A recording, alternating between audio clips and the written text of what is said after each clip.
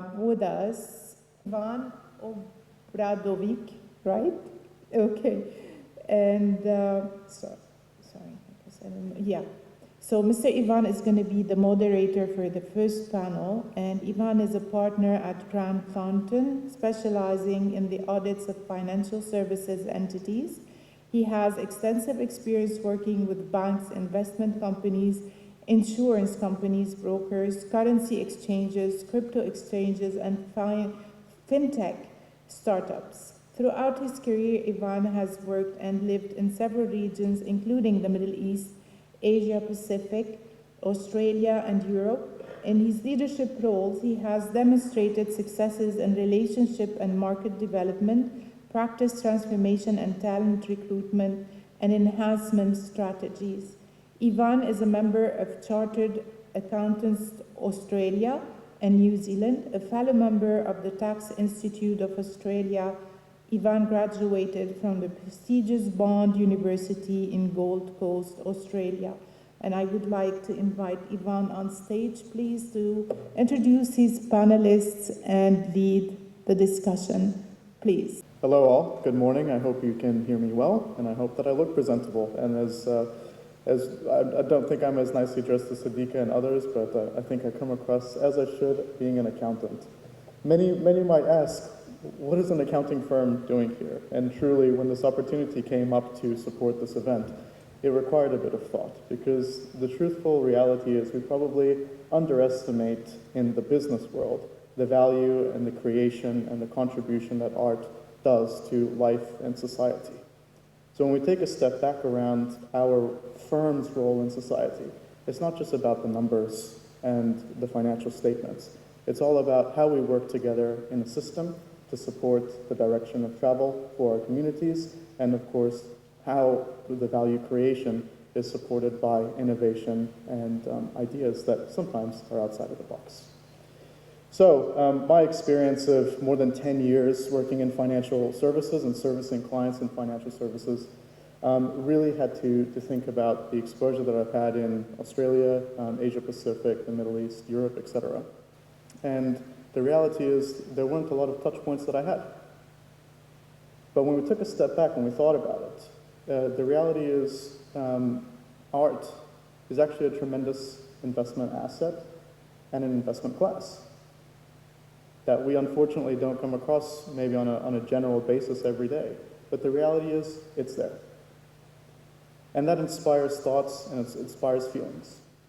Very similar to the way that numbers actually do for me as an accountant. The second way and areas that we thought that finance and art actually overlap is in the way that some of our clients interact with their own clients. And when you think about a bank, for example, and the customer and user experience that you have dealing with your bank, you walk into the branch, it's colorful, it's designed in a particular way, it leaves you with a feeling. And based off of that interaction, you get a sense of the stickiness, and you get a sense of ownership and community being a customer of that particular bank, or for that matter, any other financial institution. The other areas beyond that were around the fintech space. And in particular, a fintech business is very different to a brick and mortar banking business. The interaction that a fintech business has with its customers is effectively through an online platform and application. So the way that you design that application, the colors around it, the user experience, the efficiency and the ease of use directly correlates to the number of users you pull together, the interaction those users have, their recommendations to other users, the transactions that occur on that platform, and of course, in the longer term, value creation for those fintechs. And the final thing that we thought about was from a social structure. Some of the businesses that we deal with are in microfinance and microlending. And so when you talk about setting up artists or trying to promote art more broadly, particularly in some of the rural communities that might have challenges with financial literature and access to the banking system, microfinance businesses actually provide a platform to support those up-and-coming communities, and some which see art and crafts as a way of generating an income. So quite interesting that even for me, having spent 10 plus years in this industry, in the past 2-3 weeks, I've learned a lot from this experience. I'd like to maybe say thank you to everybody that's brought this event together. So Zahira, Sadiqa, really congratulations, an amazing event. I wish you all a fantastic day and a tremendous amount of speakers and learning to be here. And also want to thank the motivational speakers that were prior to me. So, thank you. I'd like to take the opportunity to introduce really esteemed panelists. So first off, would love to introduce Suzy Sikorski. Suzy Sikorski, sitting over there. So Suzy is a arts specialist working for Christie's. She's a specialist in post-war contemporary art, based in Dubai, dedicated to building auctions, private selling of exhibitions, and valuations in the region, in the Middle East, and more abroad internationally.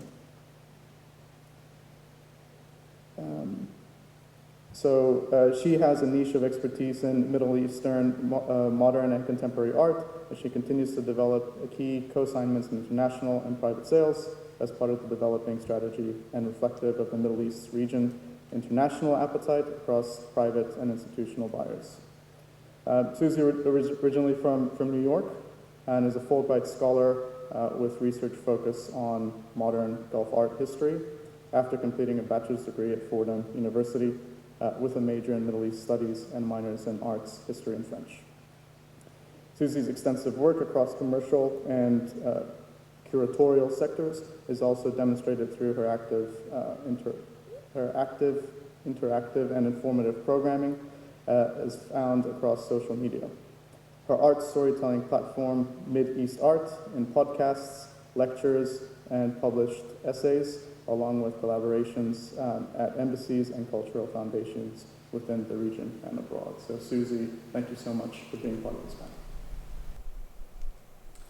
Moving on, we'd like to welcome Manar Mahmassani, who is the co-founder of and the co-CEO of Stake Properties, the region's leading digital real estate investment platform. Manar's career began at Deutsche Bank, where he spent 9 years in the emerging market debt division, becoming head of MENA structured credit and global head of Islamic structuring. Following his time at Deutsche Bank, he joined Duncan Group, a leading global alternative finance provider, as managing director, head of corporate finance. Throughout his career, Manar has executed over $6 billion worth of transactions for corporates, family offices, quasi-sovereigns, and financial institutions. Manar holds a Bachelor of Science in Mathematics and Economics from the London School of Economics and is a CFA Level 2 certificate earner. Our next panelist is Bevan. Bevan has actually saved us and stepped in very last minute. We had another speaker who was Ms. Natalia. Ms. Natalia is really sorry that she was unable to attend today due to an emergency, but we truly thank Bevan for stepping in and supporting us today, so thank you, Bevan. Bevan is the Chief Operating Officer at Mintus. Mintus is an online arts investment platform. Mintus allows investors to buy fractional shares of exceptional artwork and is currently selling pieces by Andy Warhol and George Condon. Before joining Mintus, Bevan was the Managing Director of the Strategic Equity Division at Gresham House, an alternative assessment and investment company. Prior to that, he was at the Value Strategy Group at a mid-market private equity firm, Living Ground. Bevan is a qualified chartered accountant, was with KPMG. And our final panelist for today is Mustafa Bosca. He is the founder and chief decarbonization officer at Carbonsifr, the Middle East's first tech-driven carbon region to removal platform. He works with leading businesses in the region to enable climate action and to accelerate the development of the carbon removal industry. Prior to his work in the climate field, he worked as a development banker and as a strategic advisor to the region's leading financial institutions. Mustafa develops and supports purpose-driven art and cinema projects. He's an active member of Dubai Arts Club and Istanbul Modern. And I think, Mustafa, you're also an art collector yourself, if I'm not mistaken. Excellent. So with that, please, if we could welcome everybody on stage.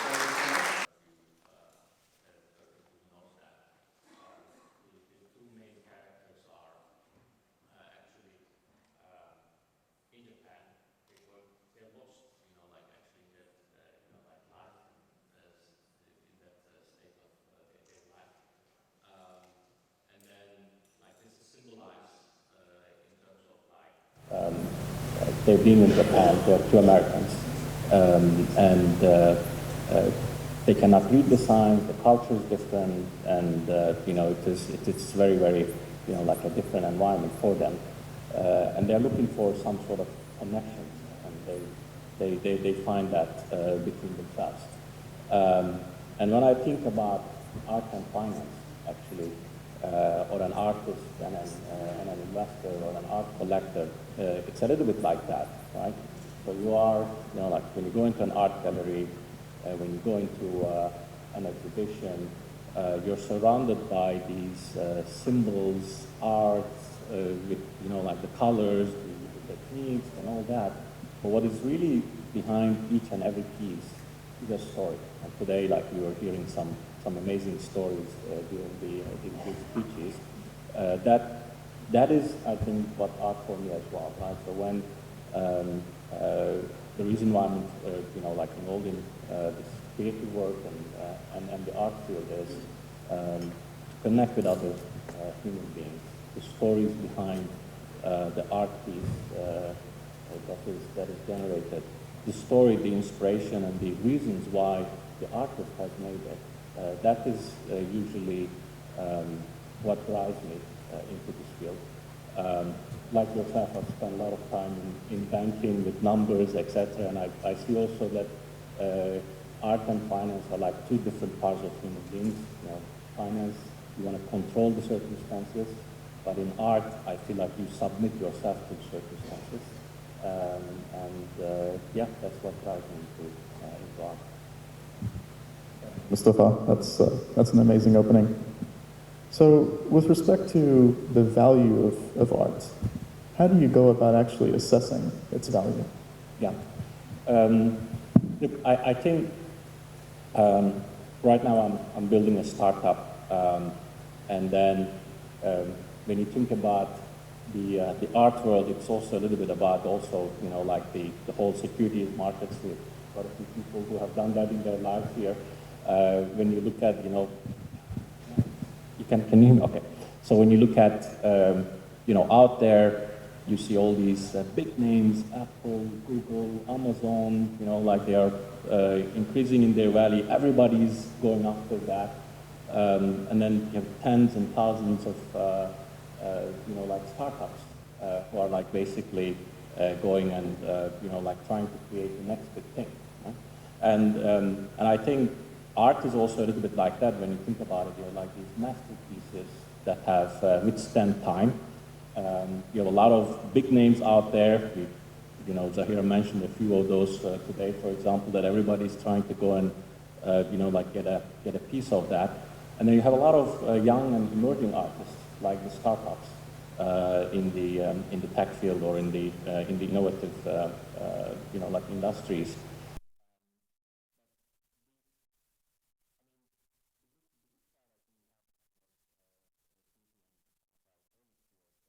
Assess those, let's say, the names out there and the valuation, etc. So I don't want to get into that, but I would like to talk about what I look into when I am thinking about supporting a project, supporting a young artist or filmmaker. I see actually two things, right? So the first one is who is the artist, right? And what does he or she stands for? Why is she interested in this field? What is her story, right? Because that's and then what is the purpose that is driving, and whether that purpose is actually, somehow linking with me, right? So it's just like I can relate to that because it's a purpose or a story that I can relate to. That I think is number one. The second thing is, of course, then the story of the the art piece that you're looking at. Why was it created? What is it trying to achieve? What is it out there that it is doing? I think these are the two major things that I look at. And I think underlying this whole is also what I believe in any professional pursuit, personal pursuit, about your network and the people that are helping you to grow and achieve something. And I think it is probably more and more important in the creative fields that who's your circle, right? So how are you, like basically growing yourself, and who are you getting inspired from? Who is, helping you to enrich your story, to of course get better qualifications, etc. That's just like the more technical part, of course, which I don't understand much. But like, who are you? Who's really, helping you develop? That I think is also very important when looking at the work of an emerging artist. Thank you so much. Suzy, can I pick your brains a bit? Maybe to start off, can you please tell us a bit more about Christie's? Obviously, everybody knows the name, but tell us a bit more about how Christie's fits into the ecosystem of art and finance. Sure. Well, it's a pleasure to be here today and speak on behalf of Christie's. As we all know, it's a global auction house well over 250 years old. However, in the region since 2005-2006. My day-to-day as an art specialist is focused on evaluating arts, and so it's very important to have an understanding of the command of the international market and most importantly the regional. Very happy to say, the Christie's team had built the Middle East market in its early inception. We've been able to develop key and walk through key patrons and key collectors who've been able to support and build the category of Middle Eastern modern contemporary art, and then of course expand into the international. And so it's very important when we're dealing with collectors to make sure that we focus on if they're key in investing at a top quality, that we ensure that it's proper valuations taken into account. So it's very, very important as a specialist to be going to all the exhibitions. I mean, this past week was with Art Dubai, so you have a good read on, most importantly, primary markets for certain key artists. So yeah, it's a the art market is a constellation of many different actors. It's between art dealers, galleries, advisors, institutions, curators, academics. All of this forms the essence of, and it all very much in collaborative environment to do so. So that's, I guess, a brief intro on how art and finance is related. Yeah. Thank you, and I thought my job's hard. Tell us a bit about the approach that you take in appraising a piece of art. When I think of it from a financial services perspective, I've got cash flows that are consistent, I've got multiples of valuation, I've got a very transparent market and available data so that I can always reference back to something that's also in a way regulated.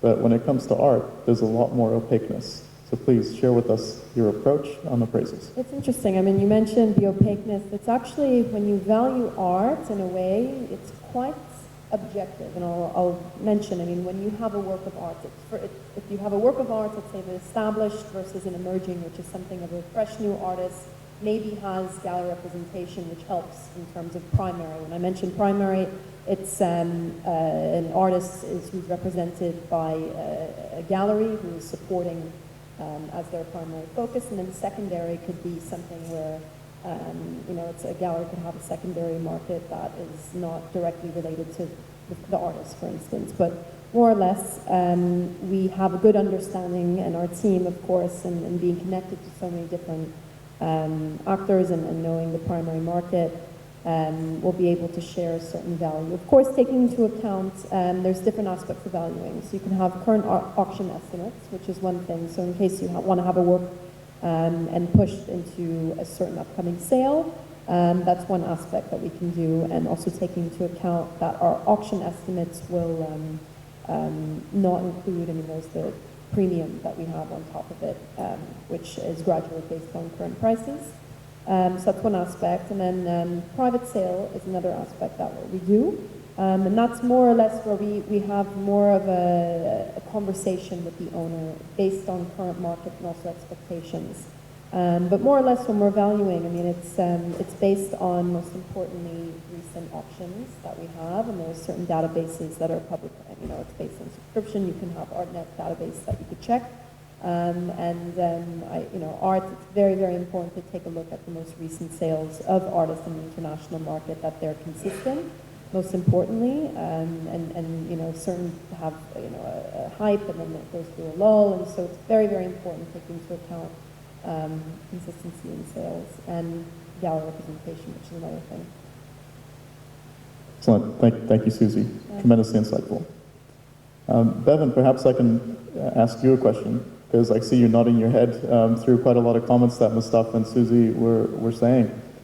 Please tell us a bit about Mintus first, so that we can kick off that dialogue, and then I'll ask you a couple of tougher questions. Sure, thank you. Good morning, everyone.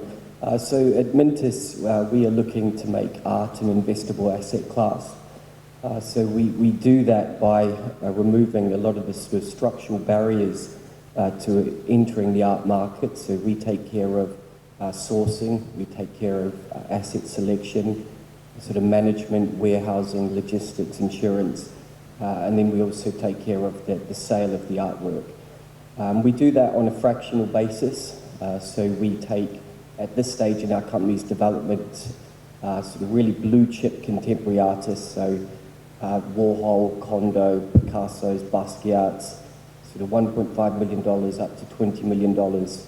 We make them available on our website, and investors can invest into each of those paintings for as little as sort of $3,000. So we're really trying to democratize the art market as an investment category, and really try and help investors, both individuals but also institutions, sort of accelerate the wealth creation and financial freedom by making art accessible. And you've seen some of the numbers here today. The art market is large. It's $1.7 trillion, the value of the art market, and the global private equity market is $3.5 trillion. So that just sort of puts it into context. But there's a lot of people obviously operating the venture capital, private equity market, but very few operating in the art market.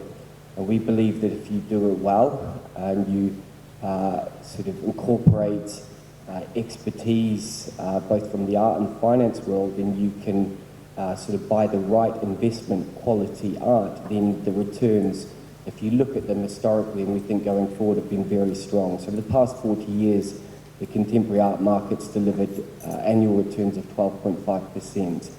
It's uncorrelated to equity and bond markets, and it's a wealth preserver, has been for hundreds of years, and we think that a broader audience should have access to that asset class. Thank you, Bevan. Yesterday when you and I were having a chat, it was quite interesting to distinguish between art pieces or collections that are potentially speculative from an investment perspective, and others which are a bit more safe and more of a medium for value storage. How do you go about making that determination, and how do you gather the intelligence from, I suppose, the market to decide what is speculative and what is a value gathering and stability? Yeah, so at this stage, we're sort of quite focused on, as I said, sort of blue chip artists. So we take, similar to what you were describing earlier, a lot of sort of auction history, where the art's been exhibited, who represents the artist, comparable transactions, but we're also developing an AI tool that's going to take structured and unstructured data and then utilize an algorithm with 150 data points to try and give us more insight on what we would call price velocity. At the end of the day, we are looking to invest in really high quality art for it to appreciate in value and then sell it to deliver an investment return. So we are taking sort of feeds or scrapes from social media, from events and conferences, from the traditional sort of data sources and pulling that all together into a data lake to sort of see, you know, where is the next sort of wave of emerging artists coming from, what genres are they coming through in, and then clearly that's where we're going to be looking to sort of invest. On the flip side, we are looking for artists that may be sort of being pumped or sort of aggressively marketed by a gallery, and then 1 or 2 years' time, when some of the heat comes out of the market, then prices drop. So really trying to utilize technology and consolidate and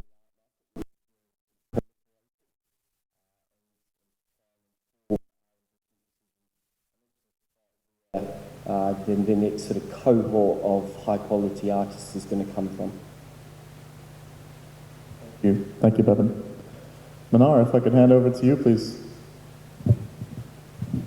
Manar, tell us about stake properties and tell us about your motto and philosophy. Sure. Hello, everyone. Thanks for inviting me. A bit like the outlier, we relate to art, but art touches on it in a sense. So briefly, I'll just introduce what Stake is. And Stake is a digital real estate investment platform. It aims to empower everyone to own and build wealth through real estate. We handpick or utilize technology where we can to identify opportunities within the real estate market in Dubai, and we're growing into the region pretty soon. We make those offerings available for everyone to participate in them from as low as 500 dirhams. And we allow everyone to basically invest digitally in this kind of, let's say, clunky, offline, and quite opaque still as well asset class, kind of part of the same wave of what Mintus is trying to achieve, which is democratization and digitization of a whole asset class, really. We're the market leaders in Dubai and UAE. We have about 110,000 investors on the platform. We've closed around 120 million dirhams of assets under management. And we have about 170 nationalities from 150 different countries already on the platform invested. We're a 2-year-old company, kind of at the crossroads between fintech and proptech.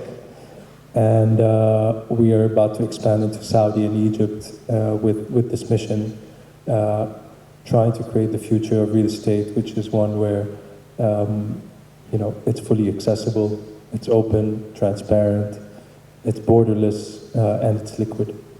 So with that, you know, I'll just briefly comment on, you know, the themes that is, you know, briefly what I would like to highlight is that going on in the world is in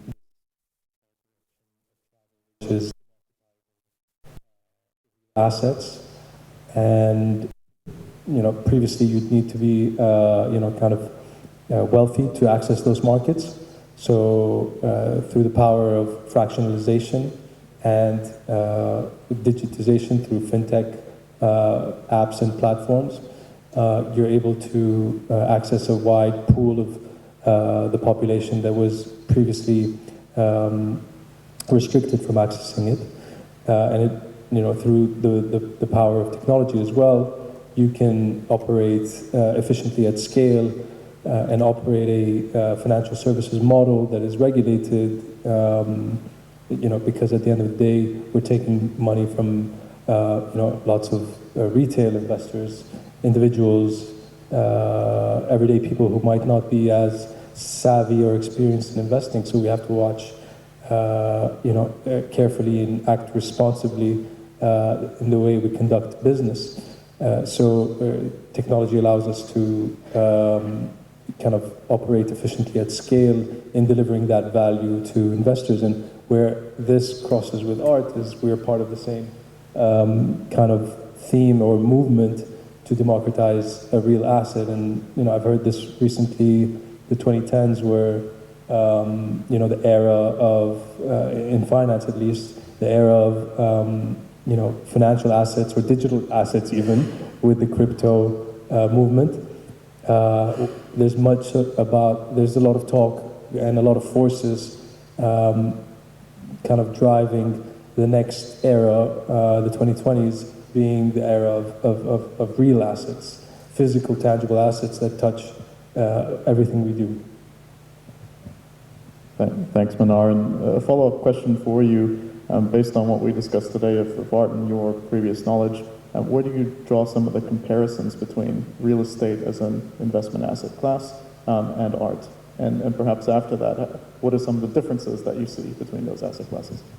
So the first one, I briefly touched on it before, it's fairly opaque. I mean, when you compare it to like your public financial markets like equities or bonds, where information is vastly available. Even in real estate, if you wanted to go out and select an asset, you'd go to a listings portal if you wanted to select a property. And kind of there's asymmetrical information. The sellers have more knowledge about the asset than you as a buyer, and so you're automatically kind of at a disadvantage. So this is one of the key value propositions that we as a platform deliver to our users, is that we pre-vet, we do the due diligence in relation to an asset, and we curate, we kind of publish that information on our website through a very detailed information memorandum and projection. So I believe what Mintus kind of does as well is it helps bring that transparency to the asset class. So the first similarity, I think there's a lack of widely available data points and information to assess the investments. Secondly, I think there's a high barrier to entry, especially when you're talking about more valuable pieces, blue chips, like Bevan mentioned before. So not everybody can access them. So we have the same problem of restricted access. I believe there is a convenience factor that applies to both, which is it's offline to a large extent. When you want to buy something from Christie's, you have to show up. You have to sign papers. You have to show your bank statement. You have to do all these sort of things that in our day and age, everybody's digitally enabled. So there's, Stake is the only platform where you can actually buy a piece of a home, at a few taps of a button. I believe Mintus is going to allow you to do that for a Picasso. But these are kind of like three major similarities, and also liquidity is probably a fourth one, which, in art and in real estate, when you want to sell what you own, it's going to probably take you, it's not as fast as clicking sell button on a investment app, for a stock like Apple that gives you instantly your money. You got to wait probably a couple of weeks or maybe months. I'm personally going through a similar experience of my own right now with a home that I own, and it's been on the market for 5 months. Only tomorrow, hopefully, we'll be closing it. So those are similarities. Differences, very quickly, a little bit more data points with real estate, but largely it's, I would, and this is one of the things which I would highlight is, real estate it stands for safety and stability and recurring income through renting out the property, as opposed to art, which is largely driven by capital appreciation and value appreciation. So, and the volatility of the asset classes differ quite a bit when you look at it from that lens. Thanks, Manar. Very insightful. Mustafa, when I think about my balance sheet, right, I calculate my car, I calculate my house, perhaps I calculate the clothes I have on me as an asset, but I usually forget. I've got a wedding ring. I usually forget. I've got a bracelet. I've got a watch. I've got the painting around the house. On average, how much do you think a person has in wealth that is denominated by art? That's a very good guesstimate consulting type of question. Done that many years. Look, I think I like to look at it, and of course, you need to think about that balance sheet from different perspectives, right? So the value of it to the outside world and the value of it for you, right? So I think let me talk about the value of it for you perspective first. And the thing is, your, watch, your, like jewelry or wedding ring, or, like something that you bought for your house.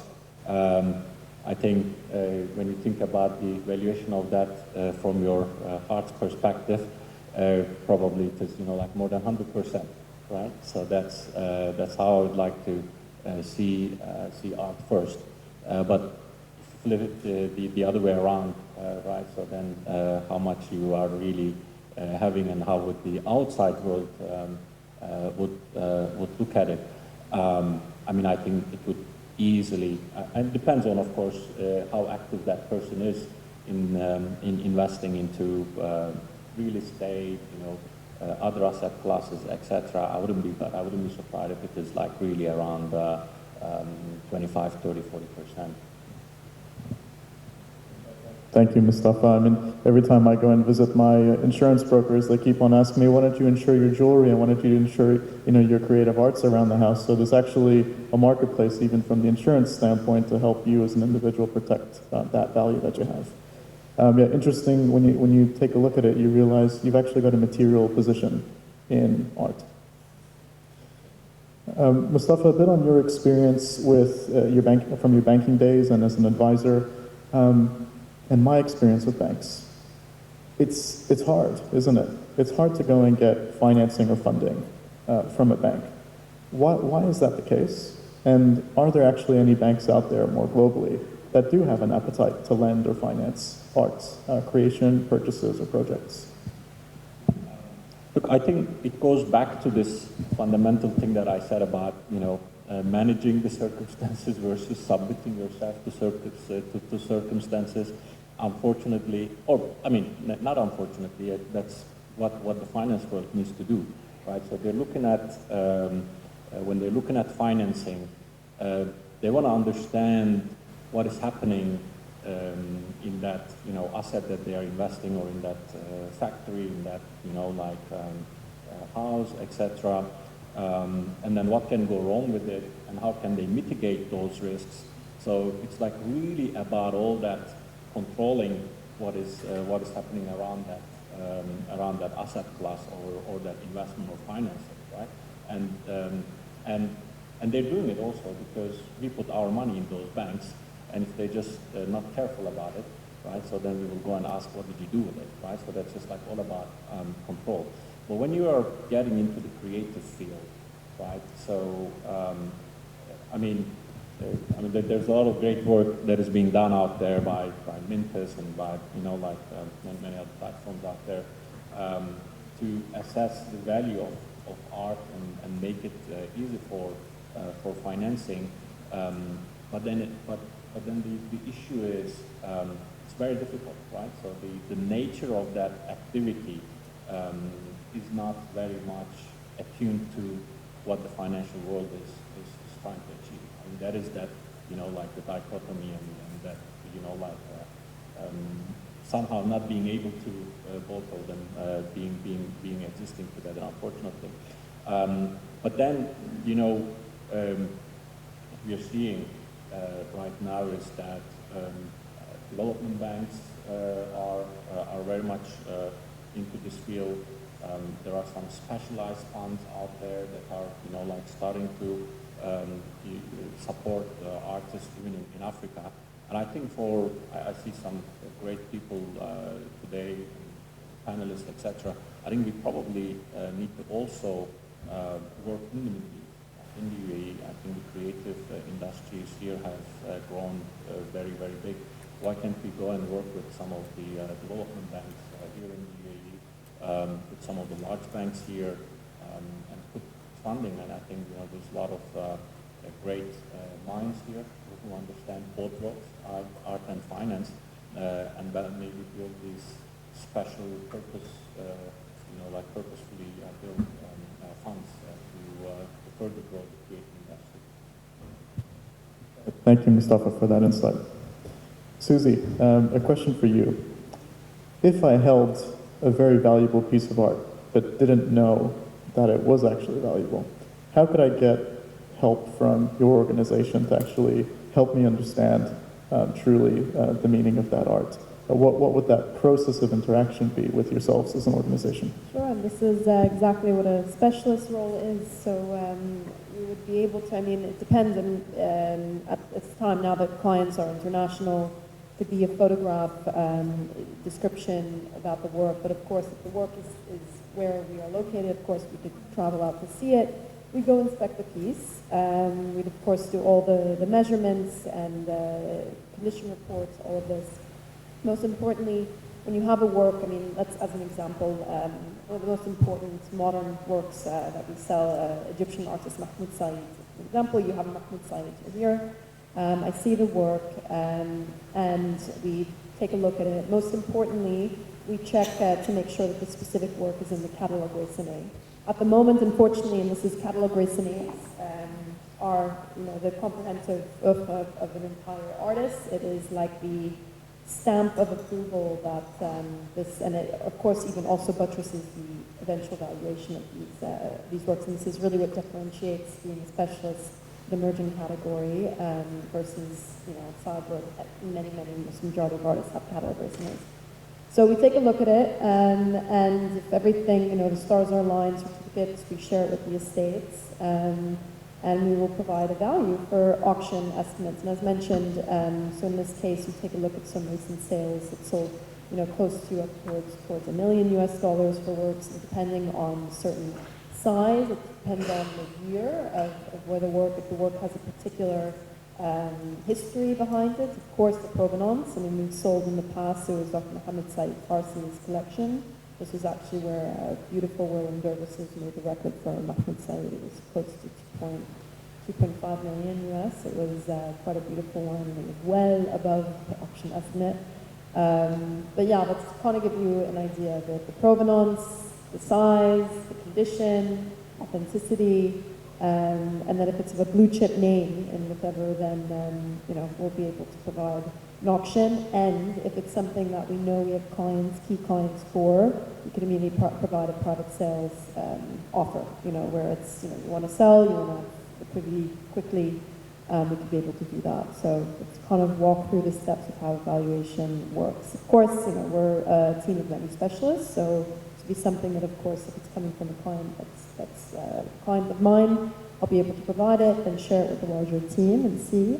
And then to kind of walk you through, if there was an artist like Atel Adnan, as an example, she's an artist that, while she is from the Lebanese market that we built historically her market, she's also someone that has broken records in evening and day sale context. When I say evening and day sale, it's a big dream to have, for Middle Eastern specialists, to have works that are entering into the post-war contemporary evening and day sales, because that, demonstrates confidence in the market, and key artists that we've offered have done so. So in that case, we provide a proposal, let's say, and you have a beautiful Etel Adnan from the Mount Tamalpais sun, something that's like a sought after, certain sought after techniques, there's certain colors and series that are more well sought after. And so we have the Mount Tamalpais sun canvas coming up in a New York sale tomorrow in New York, and that is an example that we would provide and say, hey, this is a beautiful work that could be a masterpiece in an upcoming Middle East sale in May. We have an upcoming sale, May online sale.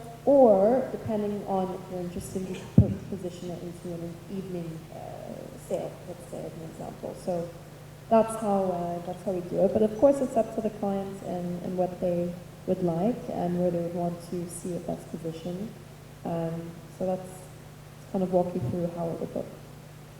So it sounds like a tremendous amount of work, and I can imagine just a whole bunch of documentation that goes along the process as well. Yeah, it's documentation. I have to say, being a specialist of an emerging category, you also have this art historian hat. I mean, it'd be so easy if we just all we need to do is turn around and we have a work of an Egyptian artist, turn around and have a catalogue raisonné, all of these artists. However, at the moment, there is one, soon to be two, catalogue raisonnés of artists from the hundreds of artists that we've offered. So you can imagine the in-depth research and scholarship that we have to do of getting images of these works in family homes in the 30s, 40s, 50s, to be able to really provide confidence to buyers. But it also makes it a very interesting landscape for helping to work towards, developing scholarship on it. So this is kind of where Christie's has really been a major platform and support to establishing visibility for many of these key masterpiece works. And a last question from you. Obviously, we've gone through a very, very turbulent 4 years. We had COVID, obviously, that locked us up for a very long time. Hopefully, we're kind of through that. But we're still now exposed to some other kind of global trends. Obviously, it's happening in Europe. The kind of China reopening from an economic stimulus standpoint, the US still being a very big market. How has your business evolved going through the past 4 years? Because I'd probably expect there's been a lot of thinking outside the box on digitizing a lot of the process and making it available through online, because we were restricted physically with being able to do things. Of course, I mean, Christie's globally, over half of our sales when we have are online. We just finished out 2022, and just in Maximo, it was like 8.4 billion in total sales, which is the largest to date. And online, it's been incredible for us to pivot to new clients in our category. And even looking at the Middle East, I mean, many of these regional categories actually quite expanded our international reach to find new clients, new millennial clients that are transacting majorities of them through online. And it also, the online post-COVID, which in many different ways opened up the Middle East market. We remember that this 2020 sale that we had during the heat of the pandemic. We broke the record for Palestinian artist Samuel Halabi for $500,000, which still stands more or less the highest amount for a living artist today. But yes, so it's for the Middle East. It's really helped. I mean, you were mentioning earlier about storytelling. I could say also, I mean, having now catalogs that are interactive, that are engaging, having video format, this has actually allowed us a more intimate eye view into sharing the stories with collectors. And again, it's the model of auctions is changing. I mean, people now want more intimate one-on-one settings. They want more private selling exhibitions, curated selling exhibitions that we do. That's really reflective of what people would like. Outside of just the standard, I mean, I'm sure if anyone has been to the traditional live auction setting, it's exciting, but at the same time now, with many of our clients, for confidentiality reasons or just given travels and international aspects, or telephone bidding, absentee bidding, online bidding, and so all these different aspects which are helping. But yeah, I mean, we just hosted a few weeks ago a private selling exhibition of French abstract painter in our Dubai space with Fabien Verdier. It was a private selling exhibition at the Cousteau Gallery. It's again, it's another model that we're working to collaborate with different galleries and also helping showcase and working with these artists that are producing. So landscape is shifting. We've been opening up many different pop-up spaces. I mean, in Monaco, we have a space also in LA and Aspen that are outside of a traditional larger auction houses, like the main auction sites where we have outside of like Paris, Hong Kong, London, New York. But it's an exciting new step. We've launched Christie's Ventures, which actually just hosted last week, the Art and Tech Summit that we had, which focuses on supporting 3.0 blockchain and different aspects with the new tech space, which is great. So yeah, it's a very new landscape, and excited to see what's coming with our team in the Middle East. Thank you for that insight. Bevan, can I have a chat with you as well? Yesterday, again, in our discussion, you brought to my attention another return opportunity for art that's just not purely capital appreciation. And it's actually quite remarkable how much of these beautiful pieces of art stay probably in top-notch security, stay in warehouses, stay in basements somewhere, fully secured. But you had a different spin on this, going, how do we potentially bring to investors more than just a capital appreciation return? Share with us that, please. Yeah, sure. So it's true. I mean, a lot of the sort of transactions of high-value art have traditionally been between sort of ultra-high net worth individuals. So it's sort of moved from one part of a bonded warehouse in Delaware to another part of a warehouse. And what Mintus's vision is, and sort of consistent with this sort of concept of democratization, is that we want to take our art on an exhibition globally. So 25, 35 pieces, take them to sort of New York, London, Paris, sort of Dubai, Hong Kong. A lot of these pieces haven't been seen in public for sort of 25, 30 plus years, and it's just such a shame that you've got all this sort of fantastic sort of artwork of cultural significance, of aesthetic sort of quality that isn't being enjoyed by the sort of general public. So a part of our vision is to sort of open that market up and get that art sort of exposure. Thanks, Bevan. Then maybe just your thoughts and inputs on where you see the global trends. I mean, just we were talking about the U.S. being obviously still a very key market globally, but there's always these China-based forces. You've got an emerging and upper middle class in China. Obviously, the consumption there is very material, even for some of the luxury goods, call it bag, designer things, wines. To the rest of it, I can't find cigars anymore because I know all of them have been sent to China.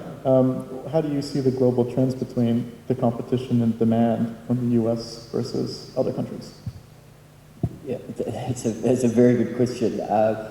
If I sort of answer it another way and sort of make it sort of relevant to our business, over sort of 90% of the people that invest with Mintus have never invested in art as an investment sort of category. So, look, we see most retail investors are underweight in alternative assets in their individual portfolios. So we continue to see a shift in that from sort of 2 to 3% now up to sort of 10%.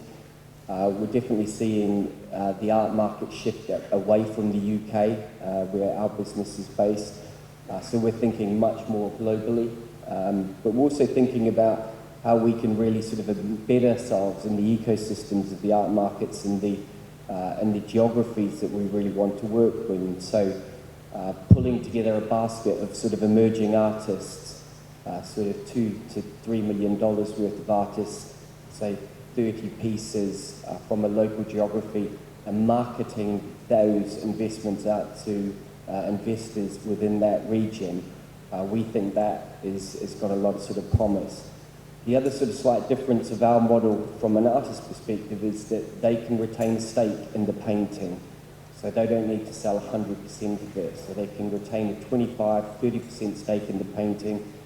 So they get some capital up front when it goes into a Mintus portfolio, but then when the painting is sold in 4 or 5 years' time, they also get to benefit from the capital appreciation over that time period too. So we do have a sort of another vision that we will sort of work closely with emerging artists and help build their career because we are opening up a different sort of pool of capital or a different channel to market.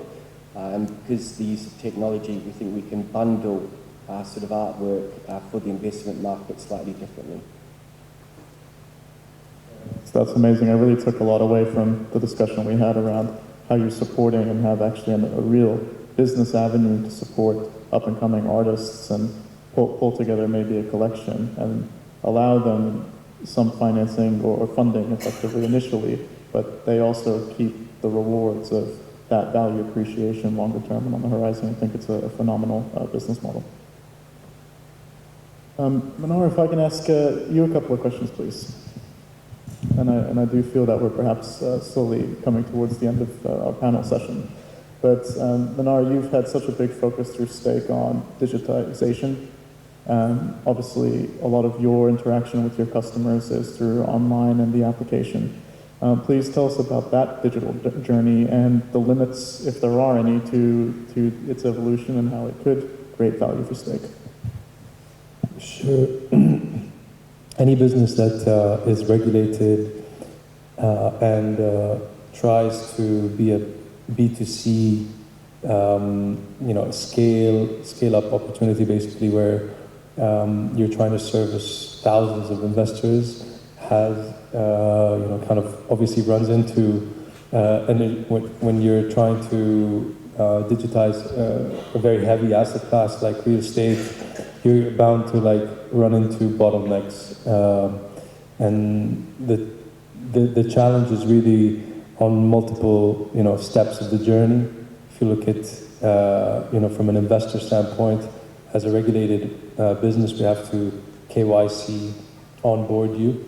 So that means collecting information from you, but also running those checks on, kind of to keep the platform free of fraud and money laundering. We have to run through checks with service providers to do online KYC, and that's now been, kind of digitized largely through integrations with other service providers. They give you basically an API call on the eligibility of the user. But so integrations are very important when it comes to the digital journey. But the challenges come more on the supply side, really. When you're trying to originate assets from the market, you're still doing it kind of like the old-fashioned way, with phone calls, with brokers, searching the market, and manually identifying those opportunities with your human expertise. The challenge there is, how do you build a scalable model where the supply side of the equation is also benefiting from an automated way of selecting an asset that has that value, that kind of incorporates your knowledge and expertise. And that's where machine learning AI comes in, to build a model that's side by side complementing your human expertise. So the digital journey for the sourcing side involves that. There are, along the way, once you've acquired an asset, an investor comes into it, the digitization of the ownership process is very, it's a field of its own. So it's not just about, having the user get access to, his dividend income from rental proceeds. It's about reporting back to him what's going on with the unit, and there's a process about kind of integrating with the service provider, the vendors, like the property managers and so on, that come into the equation. So really, I wish it was a financial asset where you buy an Apple stock and you sit back and Apple does its thing, and you give everybody that value of the growth in the company's equity. Here, we have to do continuous work to outsource, to basically abstract away the ownership journey, which is a lot of hassle. If anyone knows from owning a property, a lot of hassle comes about from having those keys, and at the end of the day, the headache that comes with the operations, the maintenance, the service charges, the insurance, and so on, that you have to source. So we abstract away, and we do that heavy lifting for you. For us as a business, we try and look at the things that slow us down in carrying out those operations, and make sure we can deliver that value efficiently at scale.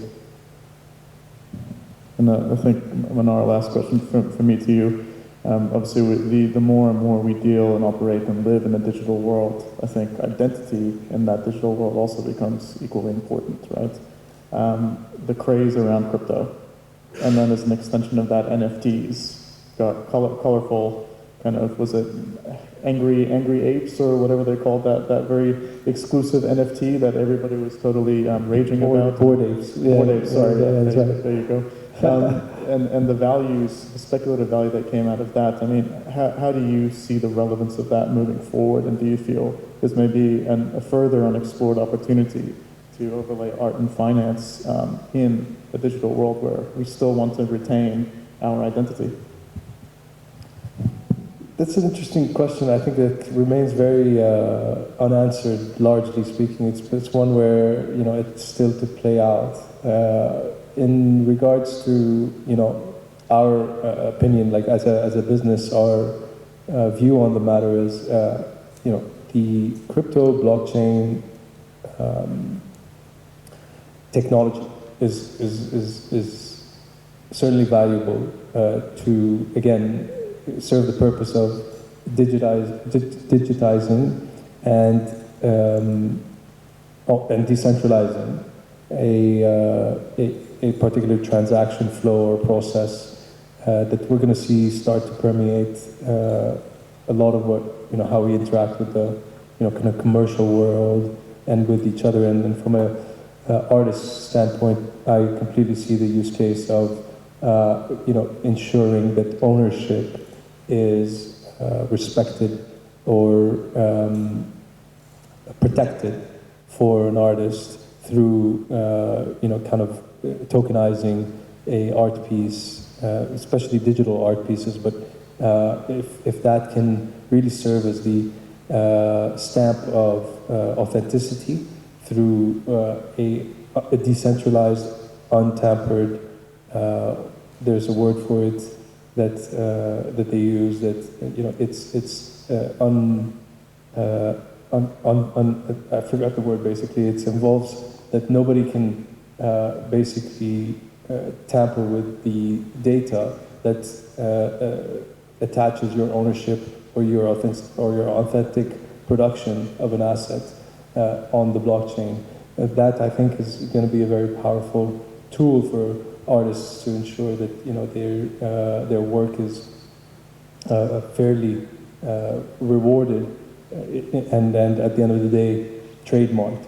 And so that's definitely the way I see the trajectory of the future. But in regards to how I see real estate operating within that space, I view it as a slightly more complicated equation where you have a third party that is the governments, like the land departments of the world that need to effect a transfer on their registers when a property goes from an owner to another. And that involvement of the kind of government stakeholder, which obviously is a commercial operation in itself as well in terms of taxes and transfer fees, complicates the world of decentralizing, and it really kind of rubs head to head with it. And I see that challenge really being largely unanswered or unsolved for the time being. It doesn't have a straightforward use case in real estate as it currently stands. Oh, wow, guys, amazing. I just want to say, for me, tremendously insightful session. I think we've gone through most of our questions. Was there anything further that you wanted to add in terms of closing remarks? No, nothing for happy. Thank you. Any questions perhaps from the audience? If we could give them an opportunity if someone would like to ask a question.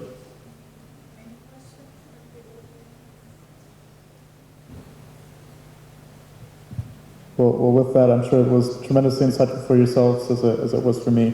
Thank you so much to the panelists. Thank you to the audience for having us. And with that, thank you very much. See you.